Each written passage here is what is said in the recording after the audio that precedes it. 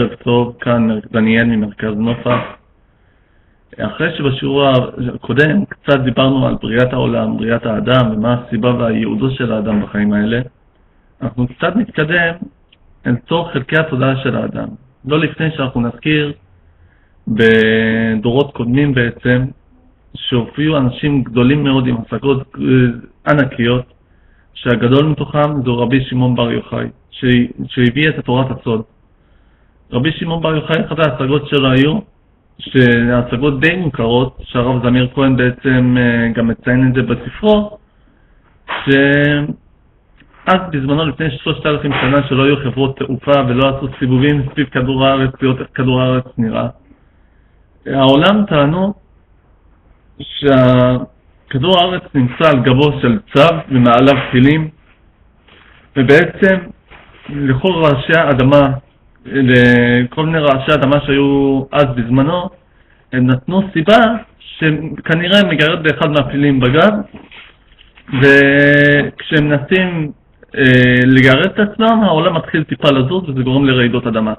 שעוד אז בזמנו, לפני חברות התעופה, בא רבי שמעון בר יוחאי, לפני 3,000 שנים, ואמר שהעולם הוא עגול ויש כוח משיכה באמצע, שסביבו אנשים מהלכים רגלם בקרקע וראשם באוויר, שזה בעצם השגה די גדולה אז בזמנו.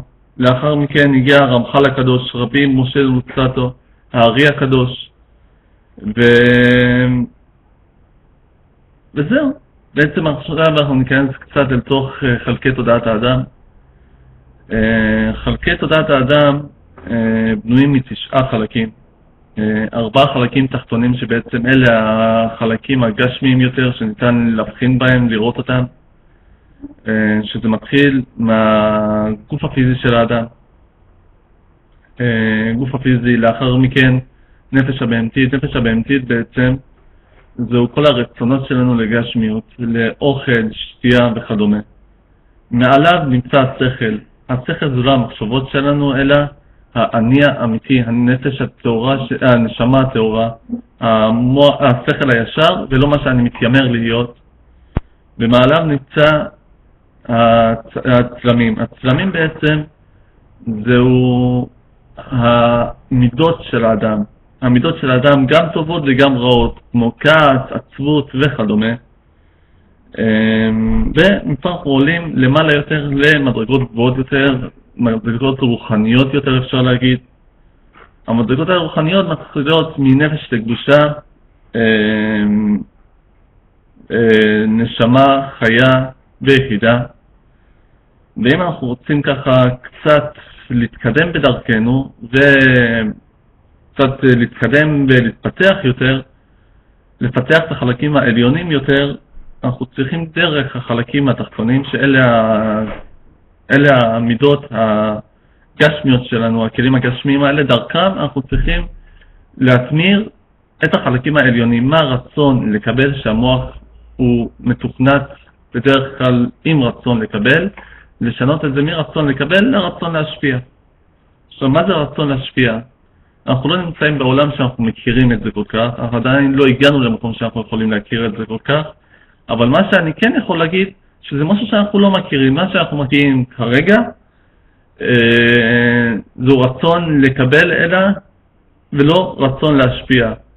אז בואו נגיד שבעצם הרצון להשפיע, זהו הדבר ההופכי של כל מה שאנחנו מכירים כרגע, כל הרצונות שלנו כרגע. טוב, אז אם אנחנו קצת ממשיכים ומנסים להעמיק, ולדעת איך אפשר בעצם להגיע לרמות הרוחניות וההשגות האלה, ישנו כלי פשוט, כלי שבדת היהודית קוראים לזה או יצר או סטרא אחרא. אם אנחנו מנסים ככה להתקדם בעבודת השם ולנסות קצת להתפתח רוחנית, הם המתנגדים לנו.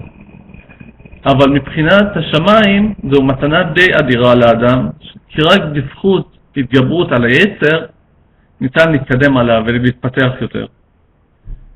אבל מבחינתנו זה קצת מקשה עלינו להתקדם, אבל רק בזכות ההתנגדות הזו אנחנו עולים וגודלים קצת בשמיים. גודלים קצת ומתקנים את החלקים הרוחניים שלנו. אוקיי. ברשותכם, נתקדם קצת ונדבר על מחקר מאוד יפה של הרב זמיר כהן, שהוא מציג את זה בספרו המהפך אחד, על השפעת הדיבור, המלל של האדם על החומר. מה הכוונה? הרב זמיר כהן מביא בספרו על מחקר של פיזיקאי גדול שלקחו מים, טיפות מים, והקפיאו אותם ודיברו ליד המים האלה דברי ברכה, בירכו על המים האלה ודיברו בשבח. ברגע שהסתכלו במיקרוסקופ טוב, הם גילו לתדהמתם איזה צורה יפה המולקולות של המים קיבלו. הם קיבלו צורה של כוכב ודיברו דברי אהבה, גם קיבל צורה די יפה. ולאחר מכן התחילו לקלל את המים ולקלל ליד המים, והמים בעצם תפסו צורה די מגעילה ומכוערת.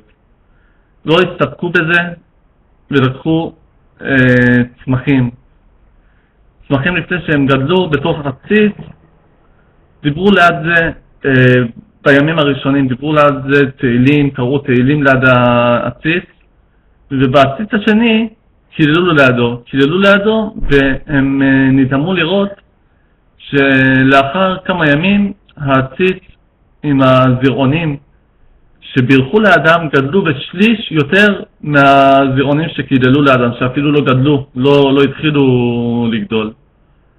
אז הרב זמיר כהן גם מציין את זה בספרו עם כמה עמודים יפים מאוד, כדאי לקרוא. וזהו בעצם ההשפעה של האדם על החומר.